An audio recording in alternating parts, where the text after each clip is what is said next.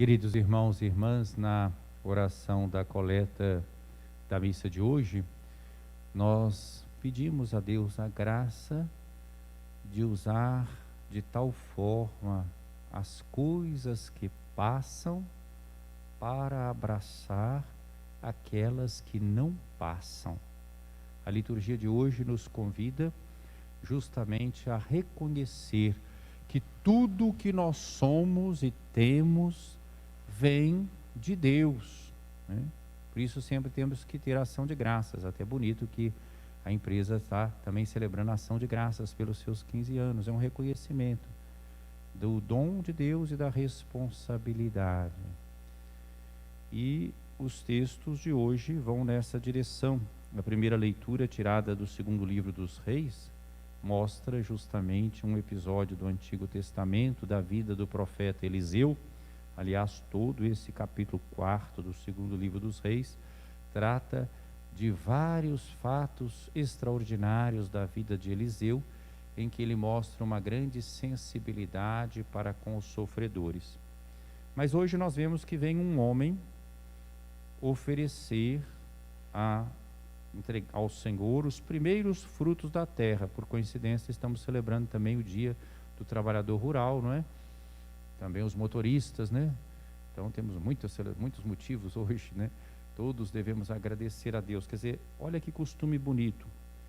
Ir ao homem de Deus, oferecer os primeiros frutos da terra, significa reconhecer que tudo é dom de Deus e pertence a Deus.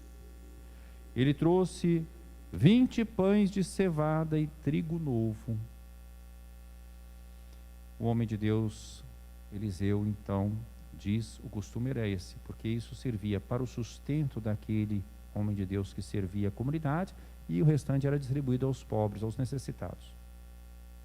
Eliseu disse: dá ao povo para que coma, num ensinamento e ao mesmo tempo num grande desprendimento. E esse homem responde com a nossa lógica humana, muito assim, razoável, né? Como vou distribuir tão pouco para 100 pessoas? Ele tinha 20 pães, eram 100 pessoas. Como vou distribuir tão pouco para 100 pessoas? Mas Eliseu reafirma: dá ao povo para que coma, pois assim diz o Senhor, comerão e ainda sobrará. O homem distribuiu e ainda sobrou conforme a palavra do Senhor. É bom lembrar aquele pensamento popular que nós temos, né? O pouco com Deus é muito. O muito sem Deus é nada, né? Então esse homem obedeceu à indicação de Eliseu e todos se alimentaram. Esse texto prepara o evangelho de hoje. É uma cena muito importante, muito conhecida da vida de Jesus. Mas devemos ter o cuidado quando temos uma cena muito conhecida, porque o perigo é a gente pensar que já sabe e não estar aberto para a novidade. Esse episódio da vida de Jesus é narrado por todos os evangelistas, todos os 4, os chamados sinóticos. Sinóticos são semelhantes. Mateus, Marcos e Lucas narram esse episódio. Mateus e Marcos, inclusive, narram 2 vezes, como 2 multiplicações de pães. Lucas e João. Hoje lemos João. Estamos no ano B da liturgia, em que seguimos especialmente o evangelista Marcos, e como ele é menor, nós temos a oportunidade também de ler alguns textos de João. E hoje começamos, vocês vão notar, aos domingos nós temos lido Marcos, privilegiadamente.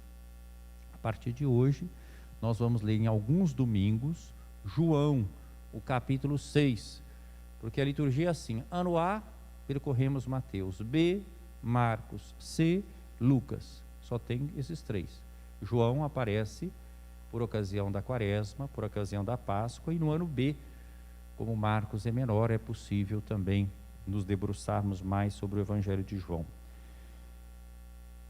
Cada evangelista tem o seu traço, né? Procura sublinhar determinados aspectos. E aqui, João sublinha sobretudo que Jesus realiza a verdadeira Páscoa, né? Jesus foi para o outro lado do mar da Galileia, também chamado de Tiberíades. Assim como o povo de Israel no Antigo Testamento atravessou o Mar Vermelho em direção à terra prometida, né? Então Jesus também vai para o outro lado do mar, né? Agora nós estamos diante aqui, em João é acentuada a soberania de Jesus. Jesus tem toda a iniciativa nesse episódio. Uma grande multidão o seguia, porque via os sinais que ele operava em favor dos doentes.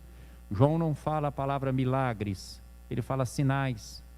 É claro que são fatos extraordinários, vários da vida de Jesus, mas ele prefere usar a expressão sinais, porque Jesus não quer aparecer simplesmente como um curandeiro, um taumaturgo, né? Mas ele quer realmente mostrar os sinais do reino de Deus, daquilo que ele veio inaugurar. Então, quando ele faz uma cura, quando ele faz um milagre, não é só aquele momento específico do milagre, é um sinal de algo mais profundo. O evangelista João chama muita atenção para essa visão também de futuro. Jesus subiu ao monte. Lembram-se que Moisés também subiu ao monte.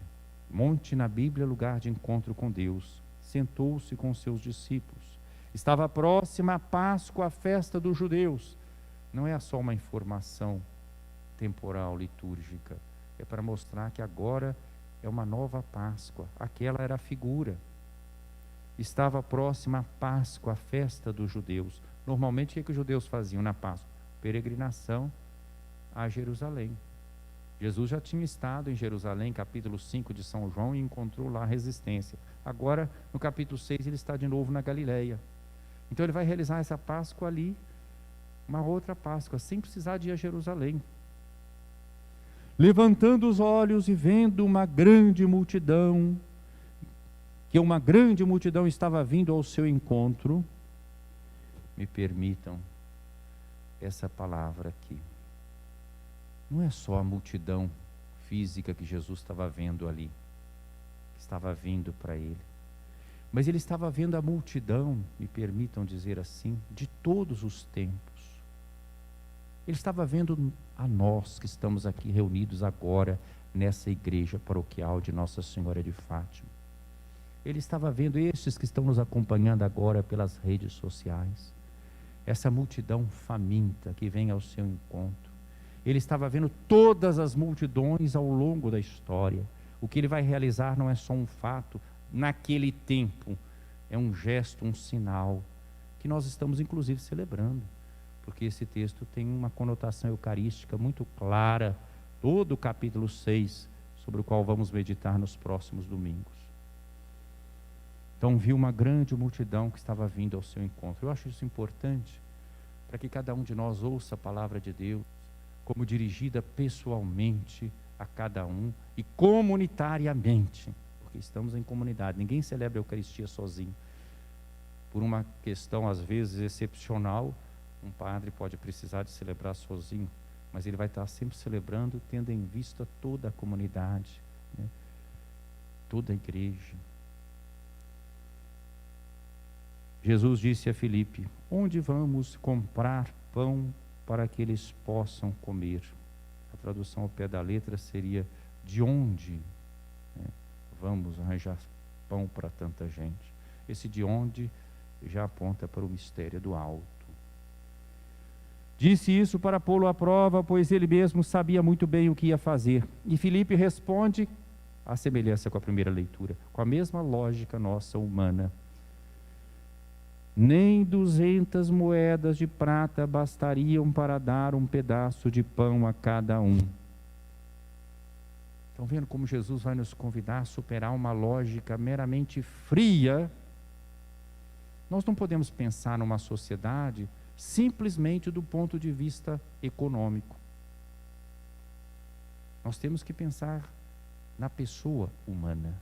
A economia deve estar a serviço do ser humano. Nem 200 moedas de prata bastariam para dar um pedaço de pão a cada um. No passado, no Brasil, não é agora não, viu? Não é agora essa frase.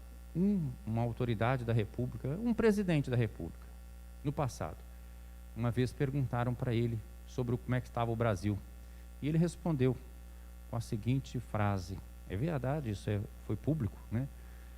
O país vai bem, mas o povo vai mal. Frase dele. O país vai bem, mas o povo vai mal. Foi até sincero, mas a gente pode perguntar, o país não é o povo, né? Estão percebendo, né? O país vai bem, mas o povo não vai mal. Ele até foi honesto, porque, digamos assim, do ponto de vista dos dados econômicos, tinha lá alguns índices positivos naquela época, né? Mas o povo vai mal. Então o país vai mal, porque o país é o povo. Nem 200 moedas de prata bastariam para dar um pedaço de pão a cada um. Um dos discípulos, André, o irmão de Simão Pedro, disse: está aqui um menino. Interessante, André é um nome grego que significa, como Filipe também, Filipe significa amigo de cavalos, André é humano, né? Então André tem uma sensibilidade, ele vê o menino. Vejam como Deus gosta de contar com os pequenos. Gente simples, sem importância, num lugar esquecido, pela graça de Deus, pode fazer grandes coisas. Nós precisamos acreditar no pequeno, nós precisamos acreditar na nossa união, não precisamos ficar esperando só coisas fantásticas e mirabolantes. Nós podemos fazer grandes coisas com gente simples e em lugar sem importância aos olhos humanos. Pela graça de Deus isso é possível. Então André viu um menino, e esse menino talvez nós podemos pensar nos bons tempos, né? Quando não tinha pandemia, quantas vezes tem pessoas aí vendendo as coisas, né? Talvez naquela festa, que vê naquela multidão toda, como nas nossas festas tinha gente sempre vendendo as coisas, né? Não é só o povo nosso não, vinha alguém vender alguma coisa, um menino estava lá com 5 pães e 2 peixes, talvez para vender, né? Ganhar seu dinheirinho, seu sustento. Mas o menino está colocando isso à disposição. E André então diz: tem aqui um menino com 5 pães de cevada e 2 peixes. Mas o que é isso para tanta gente? É a mesma lógica, né? Não tem saída do ponto de vista meramente do cálculo. Jesus disse: fazei sentar as pessoas. Quando o povo de Israel saiu da escravidão do Egito, eles tiveram que comer às pressas, com os rins cingidos, de pé, porque era servo. Eram servos que saíam quase que enxotados. Agora aqui, são pobres, mas Jesus manda sentar. Fazei assentar as pessoas. Havia muita relva naquele lugar. E lá se sentaram aproximadamente 5.000 homens. Então nós vamos ver uma refeição com os pobres, a partir de pouca coisa. Jesus tomou os pães, deu graças, distribuiu-os aos que estavam sentados, tanto quanto queriam. Não falou assim: ó, é só um pedacinho, viu? Porque muita gente tem pouco aqui, viu? Não foi isso não. Distribuiu quantos queriam. Não é esse cálculo assim, né? Vamos diminuir o auxílio emergencial porque não está dando, não, está pouco. É curioso, viu? Vocês sabem que nesse tempo de pandemia, os lucros dos bancos no Brasil cresceram enormemente, em plena pandemia. Não estou nem opinião, não. É só pegar os relatórios dos bancos, porque eles fazem os relatórios para apresentar, inclusive, para os acionistas. Então, são trilhões. Se você pega os relatórios dos bancos e você pega aquilo que é empregado na área social, dá até vergonha. Como é que se justifica isso? Então, aqui nós vemos Jesus distribuindo aos que estavam sentados a partir do pouco. Quando todos ficaram satisfeitos, Jesus disse aos discípulos: recolhei os pedaços que sobraram para que nada se perca. A importância também de pensar nos outros, de pensar para frente. 12 é número simbólico. Recolheram os pedaços e encheram 12 cestos com as sobras dos 5 pães deixadas pelos que haviam comido. 12 eram as tribos de Israel, 12 os apóstolos do Cordeiro. 12 é número simbólico que significa plenitude. A vontade de Deus é que todos tenham vida, vida em abundância. Vendo o sinal que Jesus tinha realizado, aqueles homens exclamavam: este é verdadeiramente o profeta que deve vir ao mundo, porque eles esperavam alguém que viesse semelhante a Moisés. Não é mais um profeta, é o profeta, o Messias.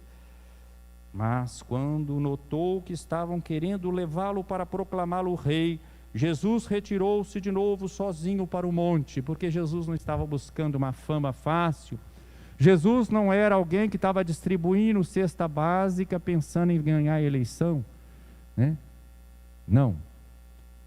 Aquela multiplicação dos pães é um sinal, é partilha e divisão do que nós podemos fazer numa sociedade solidária.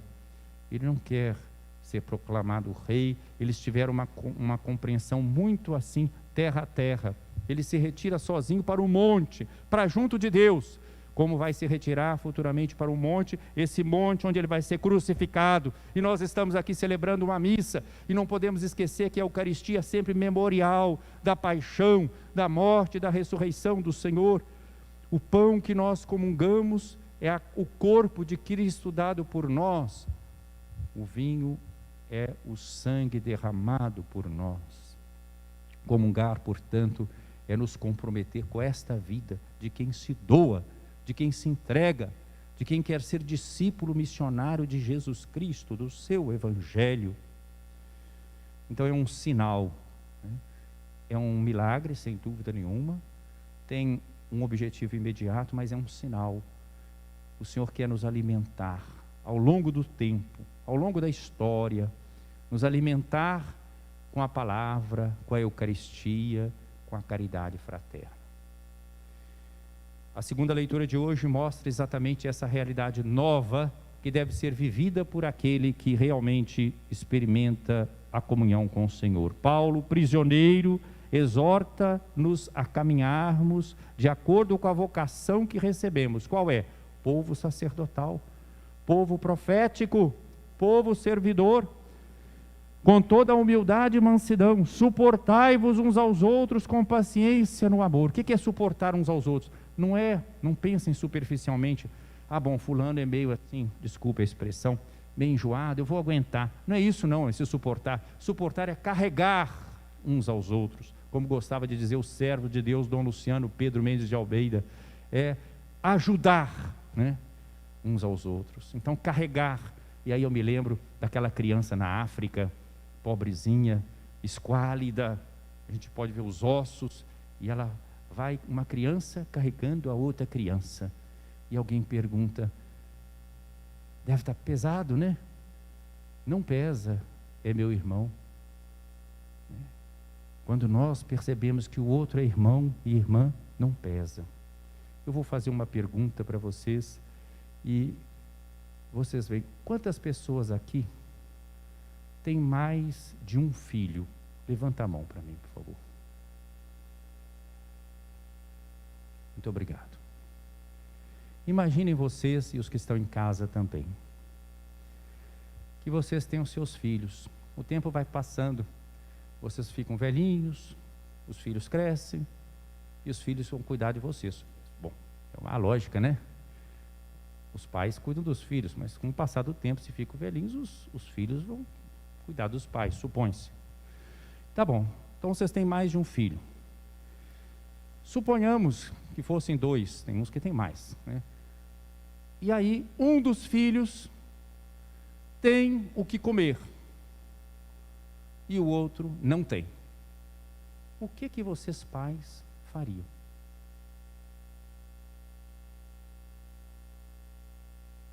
Certamente vocês iam dizer para aquele que tem, para ajudar aquele que não tem. Vocês não iam ficar felizes, alegres, tranquilos, não. Um tem, o outro não tem, paciência. Não, aquele que tem, ajuda o que não tem, não é isso? Qualquer um de nós faria isso? E nós somos irmãos, filhos de Deus. Como é que nós não entendemos isso na sociedade? Como é que nós podemos ficar tranquilos sem nos importar quando os outros estão passando necessidade? Como se não fosse conosco. Estão vendo? Quem comunga do corpo e sangue do Senhor tem que ver diferente o mundo. É isso que São Paulo está dizendo aqui.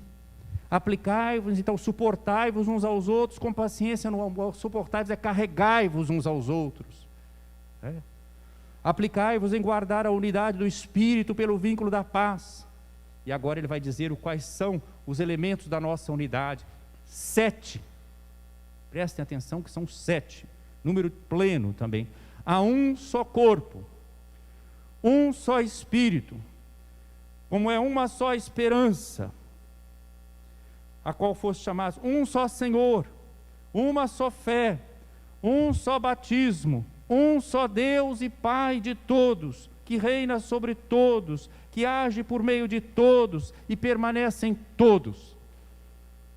Então é isso que é comunhão, é isso que é participar do pão da vida, é aceitar que somos todos irmãos. O Papa Francisco hoje nos propõe então a rezar especialmente nesse primeiro dia mundial dos idosos e dos avós. A pandemia não é culpa tudo da pandemia. A pandemia só evidenciou mais situações que nós tínhamos dramáticas de desigualdade. Quantas pessoas, não é só no Brasil não, fora do Brasil, países ricos, na Europa, nos Estados Unidos, quantos idosos morreram, isolados, sozinhos, às vezes nas casas onde estavam colocados, ainda mais no início da pandemia, quando não tinha vacina, doença ainda não conhecida, um pegava, passava para o outro, e assim quando estava naquela casa, no asilo, era em massa. Quantos? Isolados, tratamento isolado, não é? Quando morriam sem velório, né? Sem a presença dos familiares, o tratamento também isolado. Depois também, para não pegar a doença, o isolamento social necessário. Quantas situações de sofrimento. O Papa, sensível com a situação dos sofredores, se dirige então hoje especialmente aos idosos e aos avós. E mandou uma mensagem bonita, que evidentemente eu não vou ler aqui, por causa do tempo, mas ele chamou a atenção para essa proximidade do Senhor e da igreja com os idosos. Lembra inclusive essa passagem em que Jesus diz, ressuscitado: eis que estarei convosco todos os dias até o final dos tempos. Então o Senhor está conosco em todas as etapas da vida, com os idosos, com os avós, com os que estão sofrendo, com os que estão esquecidos, todos, né?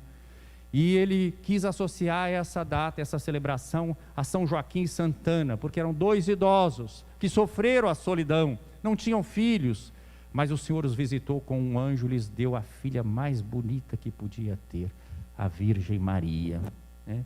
A mãe de Jesus, filha de São Joaquim e de Santana, idosos, né? O Senhor sempre nos visita com seus anjos e nós devemos ser os anjos uns dos outros. Então, o Papa fala dos idosos, dizendo que eles têm uma missão. Ele mesmo é idoso. Imagina o Papa, ele estava na Argentina, era bispo de Buenos Aires, já estava pensando certamente na sua aposentadoria, não é? Pela idade. E o Papa Bento XVI renuncia, ele é cardeal, faz a sua malinha, despede do pessoal, até daqui a pouco, vai para Roma e não voltou mais na sua Argentina. Está lá há mais de 8 anos, porque foi eleito Papa e lá ficou. O Papa Bento XVI, e lembra isso também o Papa Francisco na sua mensagem, está lá no Vaticano como alguém que está em oração, um idoso nonagenário, né? O Papa Francisco octogenário, né? E todos dois na missão, cada um em missão diferente. Bento XVI na oração. Então ele lembra 3 pilares da vida dos idosos. Primeiro, o idoso é aquele que tem sonhos, um mundo melhor, um mundo justo, um mundo bom, né? Como é gostoso, às vezes, quem tem os avós vivos aí, e hoje aqui não é missa de criança, mas na missa de criança eu lembrava até um pouquinho isso, sem querer bagunçar a vida de ninguém. Mas vejam, geralmente os pais, na hora que estão educando os filhos, né, são mais assim, né, às vezes severos, até para educar, né, para formar, né? Mas depois os netinhos adoram ir para a casa do avô e da avó, né? Porque aí pode tudo, não é verdade? É aquela bondade, aquela flexibilidade, porque já estão noutra, né? Em geral, né? Em geral. Mas, então, os idosos têm sonhos de um mundo diferente. Outra coisa que tem os idosos é a memória. Eles têm uma experiência. Eles já apanharam na vida, já sofreram. Eles sabem que tem coisas que não dá certo. Tem coisas que não é por aí. Eles têm o que partilhar. Então eles têm sonhos, eles têm memória. E eles têm a possibilidade de oração pela igreja e pelo mundo. Então o Papa chama atenção para essas 3 coisas. E fala de uma coisa muito bonita. Uma aliança. E hoje aqui tem vários jovens, em nossos grupos de jovens. Ele propõe uma aliança entre os idosos e os jovens. Que os idosos possam ser respeitados e os seus sonhos e a sua memória possam ser partilhados com os jovens. E com a oração dos idosos, os jovens com a sua vitalidade, com a sua energia juvenil, sabendo ouvir os idosos na sua experiência, na sua memória e nos seus sonhos, eles possam ajudar na construção de um mundo melhor. Ele cita o profeta Joel: os vossos velhos terão sonhos e os jovens visões, visões proféticas. Está lá, é texto bíblico. É muito bonita a mensagem. Estou só falando aqui de algumas coisas que estão na mensagem do Papa. É só para dizer do nosso carinho, nossa homenagem especial hoje para os idosos e para os avós. Que o Senhor abençoe a todos eles, idosos e avós. Alguns já podemos nos incluir no grupo, né? E que o Senhor permita que nenhum idoso, nenhum avô, nenhuma avó fique abandonado, esquecido, mas sejam valorizados, escutados e que possam ser integrados e dar a sua contribuição de sabedoria para a construção do reino de Deus, que nos ajuda não a acumular, mas a partilhar e com a bênção de Deus promover a fraternidade e a paz. Louvado seja nosso Senhor Jesus Cristo. Para sempre seja louvado.